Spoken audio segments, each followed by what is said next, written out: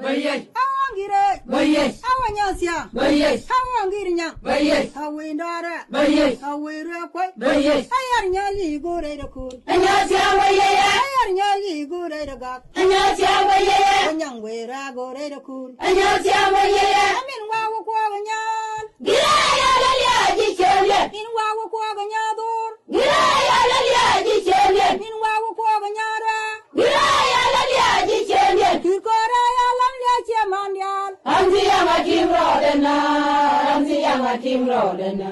Yaranyan. Yarole koye. Yana ba kwa. Yarole koye. Yana ganyan. Yarole koye. Ay gor welin ba. Yubore dero. Ki gor wenin tik. Yubore dero. Awara de changa wara de ye. Kai kuye belelia. Badia de ro de changa. Kai kuye belelia. Nyagi de ro de ye.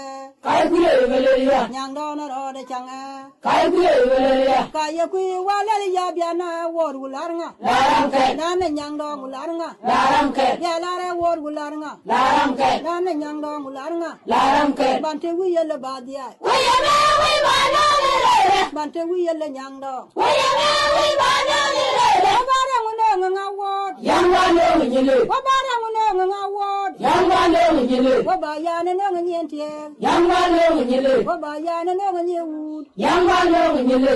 Ni badia ga yori yelete. Yulayo. Kanya nyanda ga yori yelete. Yulayo. Koiru na ngwalwe. Wala urana.